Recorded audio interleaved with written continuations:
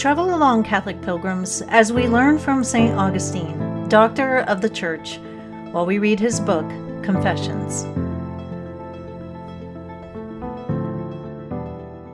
Welcome, Catholic pilgrims. We have another bite-sized reading today. Today's reading isn't too adult in theme, but I would maybe caution listening around younger ears. Let's open our books to page 233 and read from Book 10, Chapter 29. There can be no hope for me except in your great mercy. Give me the grace to do as you command, and command me to do what you will.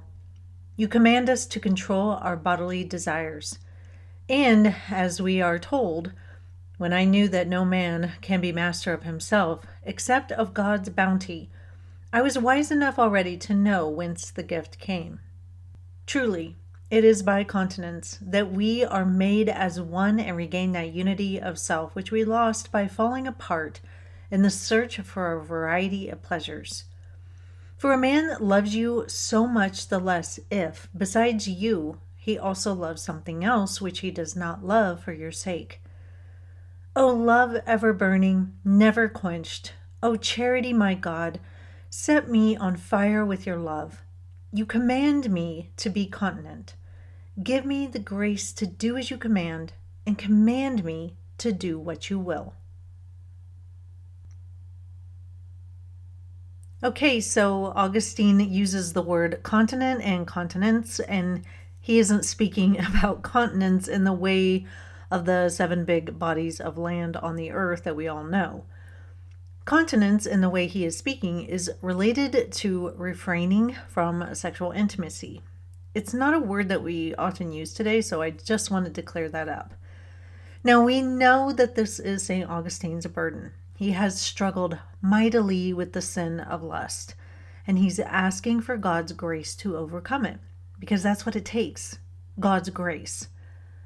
A little while back, a man wrote on my Facebook page something that said, "You have more patience than me. I just can't deal with people like that."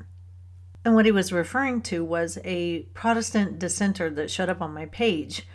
And I had responded to that guy, and I wrote about how I had handled him. I wasn't ugly, I didn't name call, but I was firm and clear in my argument back to the guy.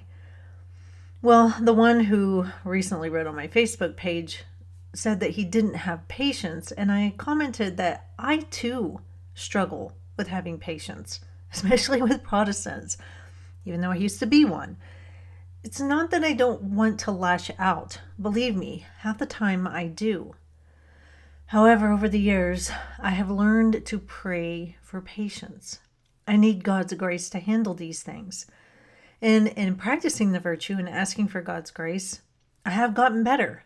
God does not just make us chaste with the snap of a finger. We have to ask for the graces to live out that virtue. Our fallen human nature wants to tend towards vice and sin, and to overcome that, we have to seek help. In any situation where we are struggling with a sin or we want to try and practice a virtue, we must cry out like St. Augustine does here today, twice, when he says, quote, "Give me the grace to do as you command, and command me to do what you will," unquote. That is all for today, Catholic pilgrims. I'll see you back here for our 30th reading from this book. And until then, live the faith boldly and travel well.